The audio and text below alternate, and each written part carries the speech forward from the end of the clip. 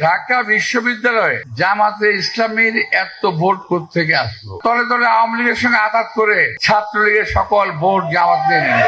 আমি বলতে পারি না ঢাকা বিশ্ববিদ্যালয়ে জামাত ইসলামীর এত ভোট কোথা থেকে আসলো, আমার তো হিসাব মিলে না ভাই, এমন মন্তব্য করেন বিএনপির স্থায়ী কমিটির সদস্য মির্জা আব্বাস।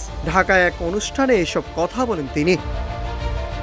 মির্জা আব্বাস বলেন, কার্যক্রম নিষিদ্ধ হওয়া দল আওয়ামী লীগের সঙ্গে আঁতাত করে শিবির ডাকসু নির্বাচনে জয় পেয়েছে।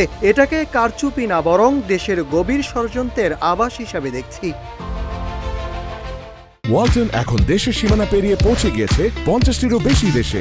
ওয়ালটন, ঘরে ঘরে বিশ্বজুড়ে। তিনি আরো বলেন, যখনই তারা বিভিন্ন দল একসঙ্গে বসেন তখন জামাত ইসলামীর নেতারা বারবার উল্লেখ করেন যে ভাই খেয়াল রাখেন আওয়ামী লীগ যেন আর কোনোদিন আসতে না পারে। তিনি অভিযোগ করে বলেন, আমরা সেভাবেই চললাম, আর তলে তলে আওয়ামী লীগের সঙ্গে আঁতাত করে ছাত্রলীগের সকল ভোট জামাতই নিয়ে নিল।